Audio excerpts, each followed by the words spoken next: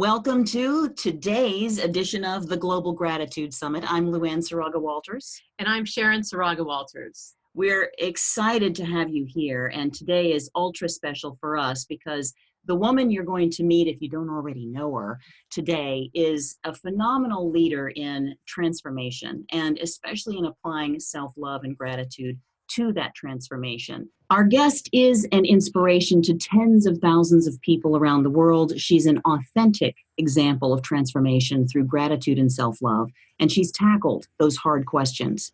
Julie Santiago has journeyed from the deep south of the United States to graduate from the Johns Hopkins University and take on Wall Street as a trader, serve the deepest of human needs in South American missions, and discover herself in the process.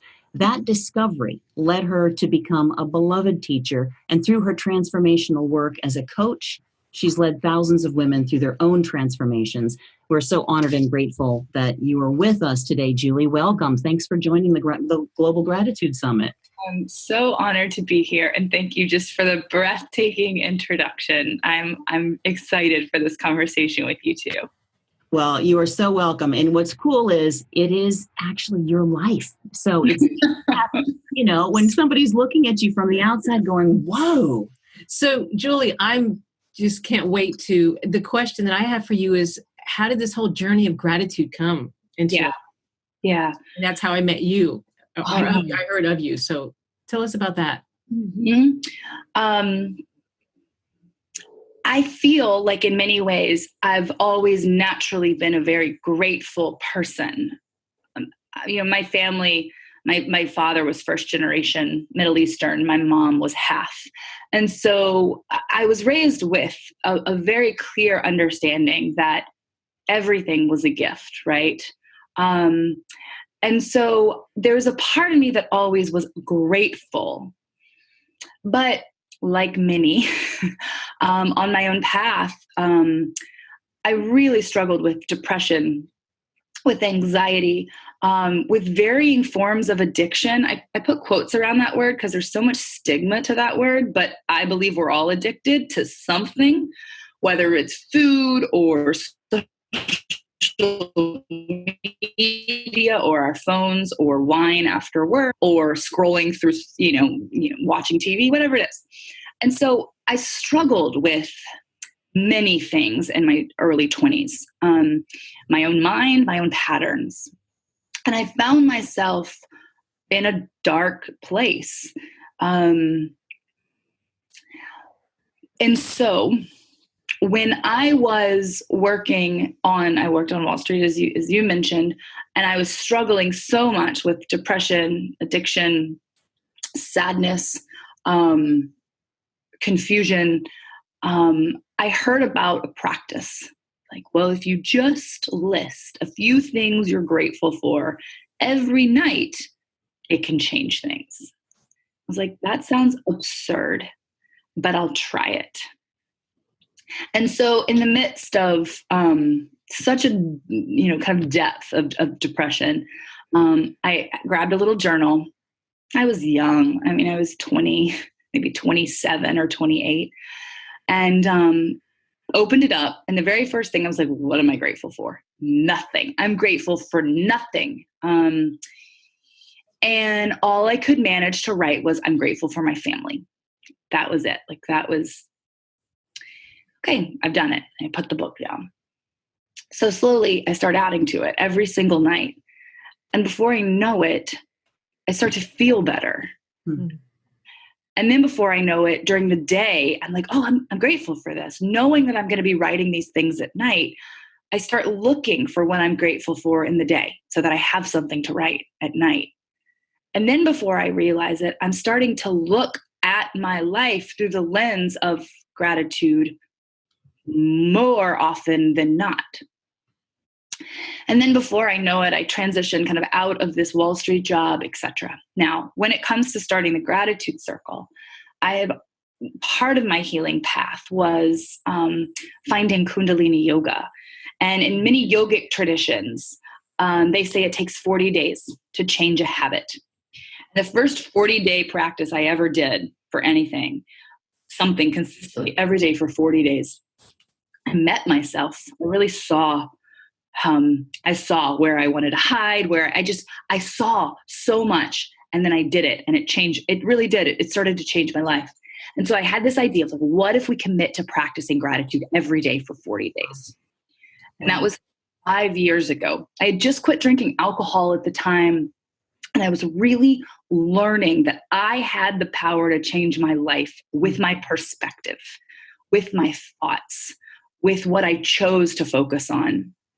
And so we started a group, and it was maybe 15 people, then 80 people. I think the first year we did it, there were 150 people total in this Facebook group. Wow. And every day for 40 days, all you had to do was come to the group and post something you were grateful for. And I would write like a little inspiration every day.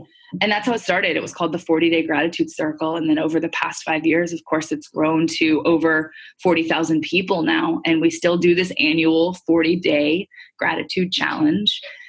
And that's how it began. I have my own journey with gratitude now. It has grown and changed significantly, but it is still the crux of my life.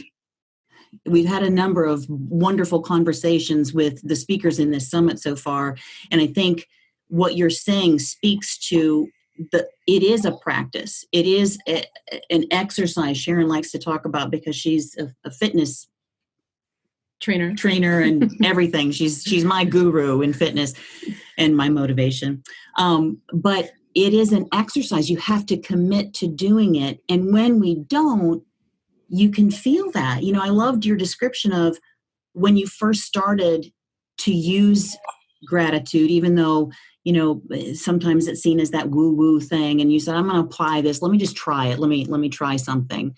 And you were aware enough of your own self and your response that you felt the change and you noticed the change. And I think that's a big part of it. The practice is that we have to be aware of our state of being, because if we're not, right, then what do? But you talk to that so specifically, and in your work with women, as you talk about on your website and through the Gratitude Circle, and now you've got your book Awaken, you're really focused on how people can really tune inside. Yeah. And so how did you come to that? How did your own awakening process? Because that's not always an easy thing either. No. Thank you for bringing this piece in. I learned to turn inside because I spent most of my life looking outside. And I think that's what happens, that for all of us, if we choose to live our life consciously or trusting that everything's happening for us, that ultimately our challenges become our greatest gifts to share with others. And so one of my greatest challenges was thinking that the answers were always outside of me. If I get that raise, if I get that award, if I get that achievement, if my body looks a certain way, if I have that amount of money in the bank, or if my husband were just to be a little bit different, then everything would be okay. Like all those ways of waiting for our outside circumstances to change in order to be happy. So I lived my life like that. I think we're taught to live our lives like that, especially with social media and magazines and entire industries that are built to make us feel inadequate on the inside, especially as women. Men too, but especially as women. So my journey was like, well, none of this is working. Like I keep doing the things on the outside. I've got all the things that should make me happy, but I'm not. Mm-hmm. And it happens with the women that I work with too. They can you look on the outside of their life and it looks beautiful. It looks great. It looks like they got it all figured out. But on the inside, there's something missing. And I say this a lot, that my life looked great on paper, but paper can't capture the heart. And we can't ignore it for too long, because that call gets louder and louder. And I think life kind of ups the ante to wake us up. Because if we're not living up to our potential, then life is supposed to get uncomfortable. Like it's kind of just a built-in mechanism. And so for me, my inward journey began because I hit such a bottom looking on the outside. And I remember I write about this in my book, that the first time I started talking to myself again or journaling again after decades of not crying and not feeling, I was like, whoa, I've stopped talking to myself. I've started looking outside of me for the answers and the approval, and I've stopped listening to myself. I've given away my power. So that's really been my journey of learning to just be hyper aware of what I'm feeling and what I want and who I am, even if it doesn't stack up to or line up to what society says is right. And I think that's such a challenge for many of us, to listen to the call in our heart when life is pulling us in a different direction than mainstream. Wow. You have, there's like 15 hours worth of material in just that last couple of minutes. You made me think of something throughout that, and it was that your journey specifically has, and because you've been aware through the process, I don't want to diminish that, but your journey has given you some insight into, it's not the doing, but it's the being. And I wanted you to talk a little bit about that, because you had two very different, well, many, but you had two very different roles as a Wall Street trader and then a missionary in Brazil. Mm-hmm.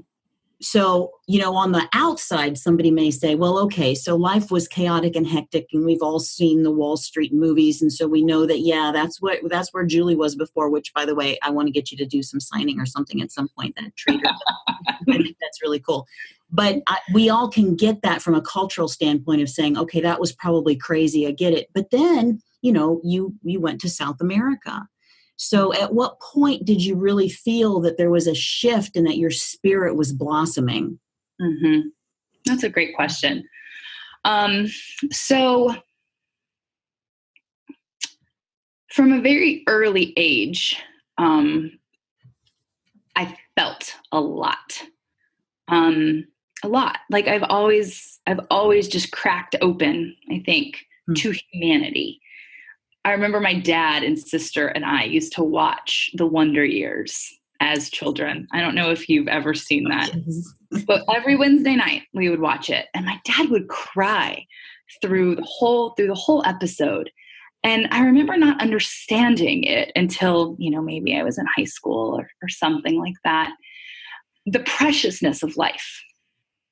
And in one of the episodes, Kevin Arnold and the crew perform the play Our Town. And Our Town is a play by Thornton Wilder, and it's an absolutely beautiful play about life and death. And there's a line in that play. It says something along the lines of like, oh, humans, don't you understand life? Does anyone appreciate life while they live it? Sleeping and waking up, taking hot baths, mama's fresh made bread. I could cry thinking about it right now. I was probably 7 when I watched it for the first time. And that was the moment that I understood gratitude, like what it really means to appreciate being a human, being alive. And it doesn't mean it's joyful all the time. It just means you get to choose to see that heartbreak and hope and joy and sadness are all a part of feeling alive. Mm-hmm. And so to circle back to your question, I always wanted to feel that experience, I think, of touching humanity in some way, of feeling alive, of being in contact with humans emotionally. And so I had taken this Wall Street job when I was a senior in college, and then I went to Cuba. It was the first time that I'd ever experienced poverty, really. I hadn't really traveled before then, and I hadn't seen poverty outside of the United States until that age. I was 20. And it blew my mind. And there was a moment where there were little children. We went to go visit this classroom, and there were a bunch of, kind of third graders who were so excited these American students had come to see them. And they all stood up in a line, and they started singing John Lennon's Imagine. Oh, wow. in English. And I cried for 3 days that these children, in the midst of so much poverty and so much struggle, were still so joyful. And when I started my Wall Street job, I knew I wasn't supposed to be there. And so the transition from Wall Street to this isn't it. You can't pretend that this is it. And then I just knew that I wanted to have a visceral experience with children like I had been with in Cuba, which is why I then went to South America to be with children. And so when I think about that piece of just, where the path always leads, the truth is I think our heart always knows where we're supposed to be. We just don't always listen to it. And it turns out I wasn't supposed to live in South America for the rest of my life and work with kids, but it was the next step on my path. And then the next step emerged, and then the next one, and, so forth and so on. And then eventually there'll be another one. That's beautiful. Wow. So I when I was reading on the website, so tell us about your once a week feeding or providing lunch for a homeless person. That's beautiful. I remember, so when I worked on Wall Street, I remember when I quit, because I quit twice. I quit one time to go to South America, then I came back, and then I quit again, and haven't been back. And I remember when I quit both the first time and the second time, the men that I worked with were like, you will be able to make more change in the world if you stay in the job and just send money to people. And I really didn't want to believe that to be true. And maybe that's true. Like, I can accept that may make more impact, but it doesn't actually matter, because what was in my heart was to have like a hands-on experience of life. That was my part. Another guy's part was maybe to make $1 million and to like send, $50,000 to a, that's great. We all play a part. But one of the things that I got to understand was that, especially in my life now, is that you don't have to quit your job or move to the other side of the world in order to do good in the world, period. And so what's my contribution? Like, maybe my contribution isn't on the front lines in a developing country anymore. But if I can keep my eyes open to the pain around me and do something about it, I feel like I'm being a good human. Mm-hmm. And so that's it. It's just making lunch, giving lunch. I used to live on, on kind of street corners of San Francisco. We moved about 6 months ago, and I couldn't walk out of my apartment without seeing 5 homeless people. And I guess in any moment we have a choice. Do we turn away or do we do something about it? And doing something about it doesn't have to be making a sandwich. Sometimes it's just looking into somebody's eyes and seeing that person as another person. That's enough to change the world too. Wow. You bring up a really valuable part of gratitude, which is the compassion and the love and the opening of your heart that goes right along with that practice. So, wow, that's beautiful. And I wanted to do just a quick back to Brazil, because you actually had a different kind of heart-opening experience that you may not have actually expected when you went to Brazil, because you brought somebody back with you, didn't you? My husband. Yes, but we had actually met in college. Okay. But that was when we fell in love all over again. So I did get an extra little love bonus. Oh, that's beautiful. Well, you do a lot of work now, and you're really focused on helping women take this journey, that you have taken yourself. And I like what you just said a few minutes ago about you don't have to leave your job. You don't have to go halfway around the world, but you're helping them explore, discover, really crack open to themselves. What do you see as the biggest challenge that's facing women today regarding personal growth? Mm-hmm. Yeah, it's a beautiful question.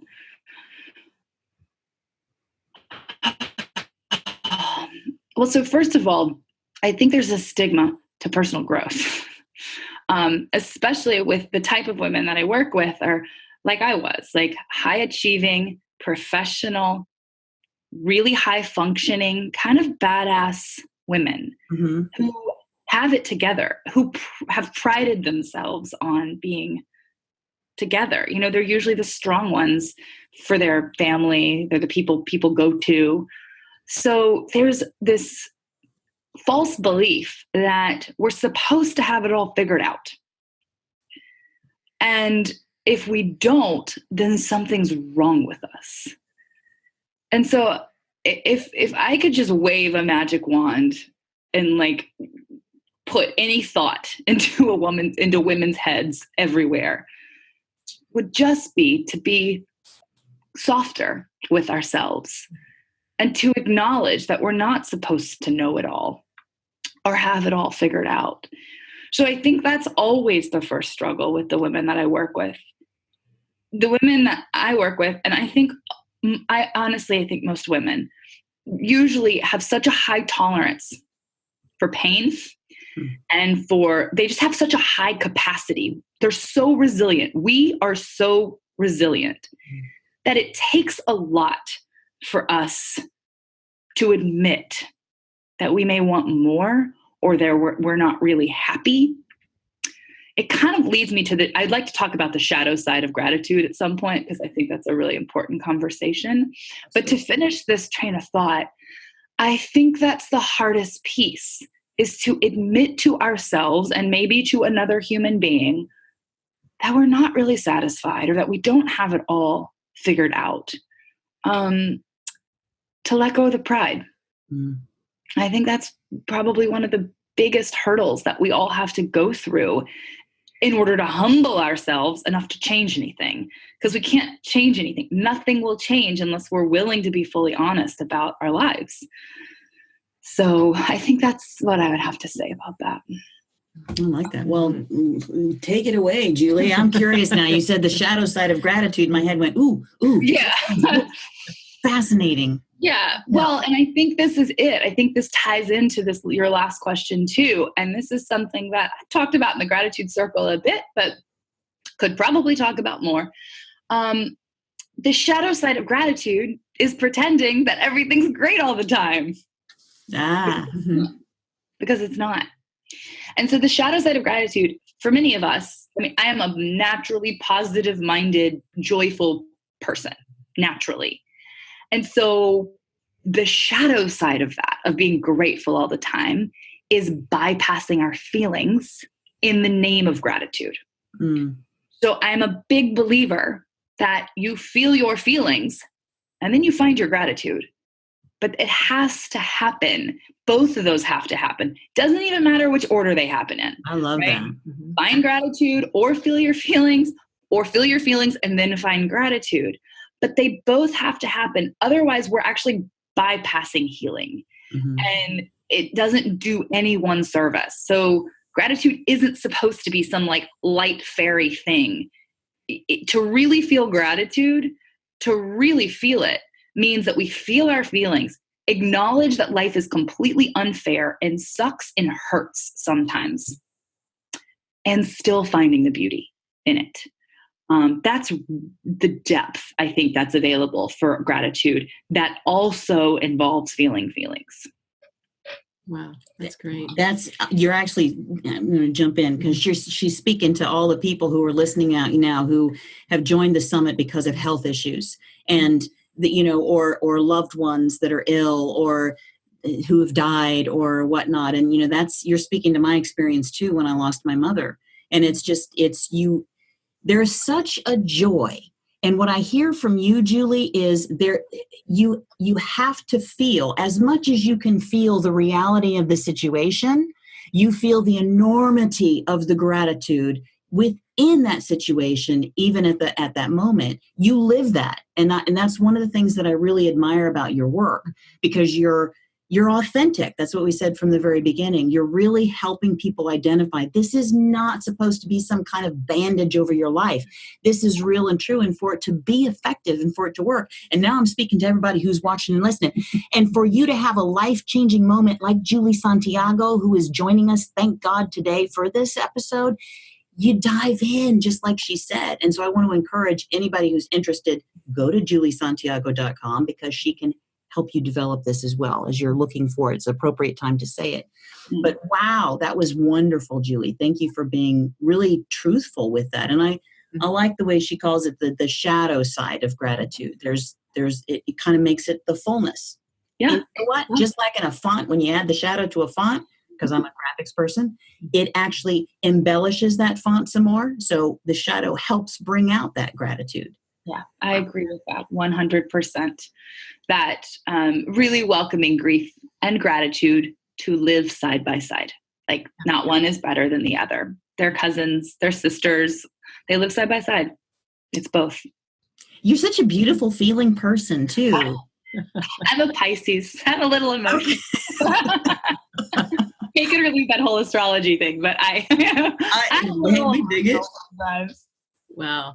That's really, and I love what you said about the shadow also, because I mean, I love how life and gratitude talk about sisterhood and, because things come up for us in life.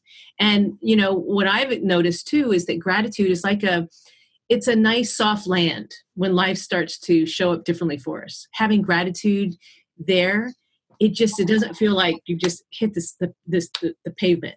It's like you've landed softer with gratitude. Yeah. With that. Yeah, you just reminded me, Sharon, of a phrase that I heard many years ago, and it's been used so many times, I don't even know who originally had this idea of life happening for you and not to you, right? So in every situation, this is my belief. It's my lens. It's what makes me feel good about being alive. I believe we live in a benevolent universe, one that is working for me always.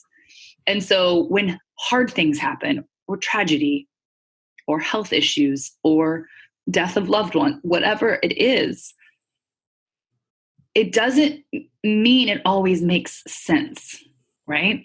But there is always beauty in it.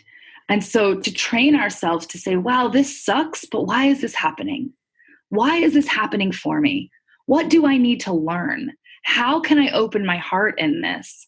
Where am I maybe off track in life? And life is just simply trying to get my attention. To look at life as this beautiful teacher in some way and opening to the lessons. That's what gratitude means to me.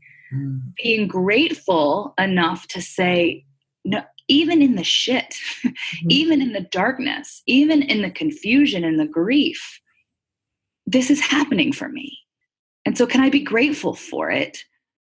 Even if I resist it, even if it sucks, even if it's hard, even if I don't want it, can I find gratitude somewhere? So yeah, that's a practice, because sometimes I believe that and sometimes I don't. Sometimes I don't want to accept reality. Sometimes I don't want to accept what's happening. And then eventually I usually understand why things happen in retrospect. So it's like dots connecting thing. Sharon has a question for you, but I just wanted to say, I feel this. Yeah, I love that, because you're like, no, I just want to be ticked off for a while. Or, you ever feel that way? You're like, ah. Yeah, and I write. I'm gonna say, can I say one more thing? And then before Sharon, I write about this in the book, that when I started writing my book, I got pregnant, and then I stopped. I finished the book, and then I had a miscarriage. And I remember in that moment being like, "What? Like this was not part of the plan." And of course, I had my range of feelings: anger and sadness and grief and depression and just all of it. And I felt it all. And even in that, even in the depths of the sadness and the depression, even when I just found that, I was like, okay, if it's not this, it's something better. I can trust that. Eventually I will be grateful for this. And now I look back, it was a year and a half ago, and I am grateful. I am, because I can see the way life orchestrated itself, at least in the following year after the miscarriage, and it was perfection. And I wouldn't trade it at all for anything. But no, I wasn't feeling that always. And sometimes I was angry at life and God or whatever that may be for you. And there was always this sliver of, okay, if it's not this, it's something better. If it's not this, it's something better. And that to me is a thread that that keeps me motivated, that keeps me connected to life, that keeps me trusting. It's my faith that life is working for me. And if I don't get what I want, or if things are really hard, yes, they're really hard. And there's a reason for them. And if I see the reason in them, then I have the courage to keep going. And then eventually the dots keep connecting and I can look back and understand. Thank you for that wake-up call. Thank you for that moment. Thank you for that opportunity to grow. Wow. Wow. So you shared a lot of gratitude practices, but I'm curious, are there any, because I find that there are new practices that keep popping up for me around gratitude. Are there any that you could share, some personal gratitude practices, even some new ones that have appeared for you that you're using? Yes. And I want to know what yours are, whether we talk about that now or later. Yes. One of them lately has been setting a timer on my phone at a different time, just an alarm that goes off. And wherever I am in that moment, pausing and looking around and saying thank you for 10 things that I can see. Ooh. And so it's like the shot of gratitude in the moment, like 11:11 or like 3:33. I like all the sudden. Like it goes off and it'll just say, be grateful. And then I'll look up and I'm like, I am grateful for this tree. I'm grateful for the sunshine and the blue skies. I'm grateful for this beautiful office space. I am grateful for these two women sitting in front of me and the opportunity to have this conversation. So it's so easy. It's just like, well, what do I see right now that I'm grateful for? So that's one of my new favorite ones. There's just like kind of a pop-up. It interrupts my day. So no matter what I'm feeling, and it usually comes at times where I like really need to be grateful, So that's one of my favorite ones right now. I like that. I'm gonna use that. I know. I like that too. I do too. Set a timer. It's so fun. So see, I do that practice, but usually on a walk or in the morning in my journal or something. But I like the spontaneity of it, in a timely, scheduled spontaneity, I guess we could call it. But I like that, because we're always saying, 11:11 or 3:33. Yeah. So the numbers. I like that. Mm-hmm.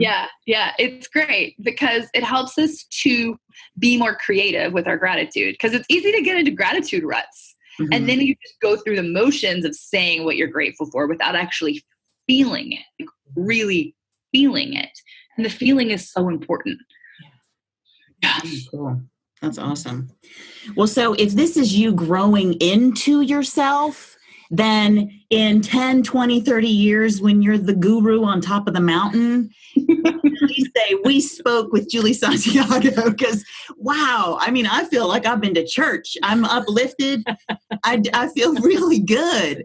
I've loved having you here. It's been wonderful. You are amazing. I've enjoyed it so much. And I feel the same way. I feel uplifted and just joyful in your presence, both of you. Well, and so let's do just a quick wrap up with you, because I want to make sure that people know how to find you. So juliesantiago.com is your website. Mm-hmm. You have a new book called Awaken. Now, I see that it's on your website. Can they order it there and also with Amazon, or how would they get that? And if you go to my website, the link on my website will lead you to Amazon. So you can buy it on Amazon all over the world. Well, just as a final thank you from me, I just, you're an amazing woman who really has taken the time to self-identify, and I'm appreciative of that process, but I'm truly grateful that you're using that, which is not always an easy thing to do, the very personal nature of your person, to share that and help others grow. And the work that you're doing is significant. It's changing the world. and by tens of thousands of people at a time. So just know that, we're just two, but we're here to say thank you for what you're doing, and thank you. Just keep it up. We're here. We're on your team. We're on the sideline rooting for you as you're running this marathon, because you're amazing. Yeah. Thank you. And thank you, Julie, for really taking gratitude global. Thank you so much. Oh, thank you too so much for doing this work. I'm so honored to be a part of your circle.